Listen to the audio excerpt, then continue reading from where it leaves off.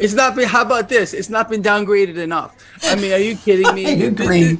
This whole thing is fantasy land from every angle you want to look at it. We all know that. Everyone that follows our work knows that. They're laughing at it. And I think the beauty of it is everyone that follows our work, they saw this coming from a mile away. This whole freaking banking sector downgrade that we just got to, everyone saw that coming. You want to go, it's just not going to stop, despite the propaganda. And I love that, how, people that follow our work, they are on the cutting edge because we make sure that we put out information that's on the cutting edge. So it's just so important. But yeah, downgrade, okay, whatever. This is just the beginning, and it kind of reminds me of the last meltdown here, where they were keeping the bonds rated AAA even though they knew they were worthless. The same kind of thing. This is debt is going to get much worse here. The system demands it. AAA rating, AA plus, whatever. It's still ridiculous. This is how they both responded, Jamie Dimon and Buffett, the same way. Kind of, oh, it's ridiculous. Well, Buffett was like, you just kind of ignore it. You see, I think why Jamie Dimon came out, because he saw the writing on the wall. There's no way that he didn't know that his bank was going to be put on a negative watch by Moody's, along with a slew of other banks here. I mean, look, to go back a year ago and look at the videos I was doing regarding the banking sector, I said they're in a lot of trouble for 3 reasons: no deposits, no loans, and no deals. It was all being covered up. Then we had this regional bank issue, which they want us to believe is contained. It is not. Right. And this is going to bleed off, and is now, as of today, into the larger institutions. And we're going to see a lot more of this moving forward. It's astonishing to me how the mainstream can, deflect from it, don't talk about it.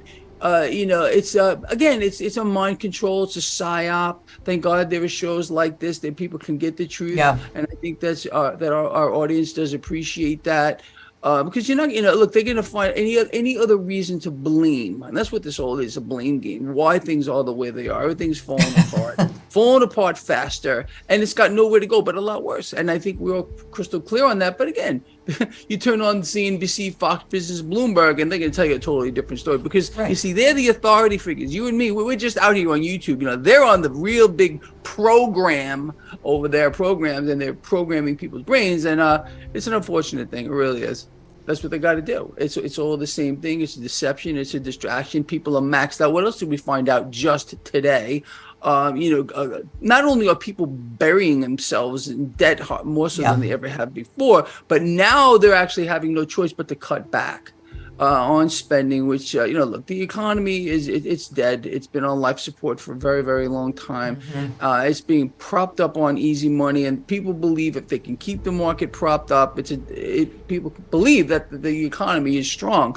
And that's a deceptive tactic that's been going on since forever. It's just easy money. Morgan Stanley yesterday said the stock market would be much lower if it were not for all this excessive, in their words, government spending.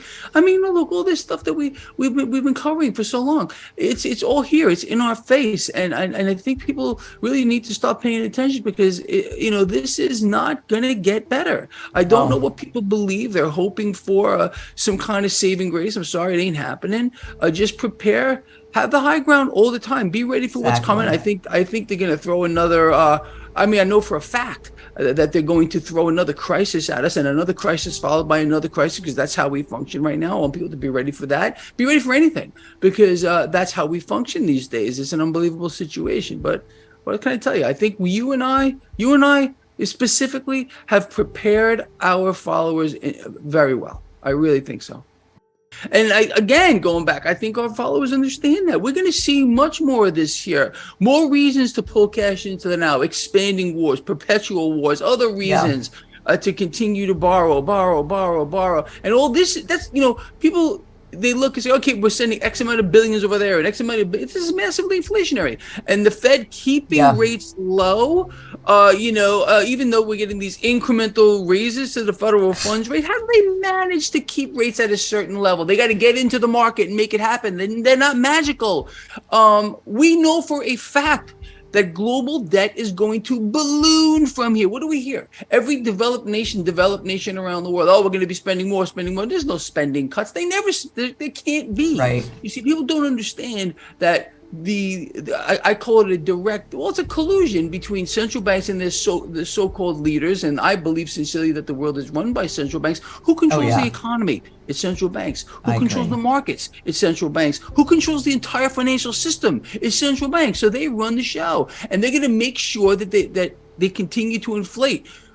I tell people all the time, a central bank's power resides in one thing, and one thing only, and that is their ability to inflate. This is why you're going to see much more of this moving forward. So this whole farce of controlling inflation, and we're going to get it under control by raising the federal funds rate 25 basis points. What did we have? The Fed, followed by the ECB, followed by the Bank of England, all just coincidence. They all did these little incremental 25 basis point hikes here, and they're promising us that inflation is going to get better.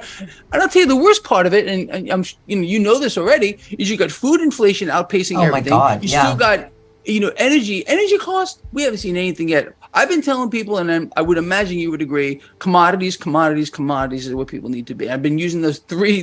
You watch the television commercials, they repeat things 3 times. There's a reason for that.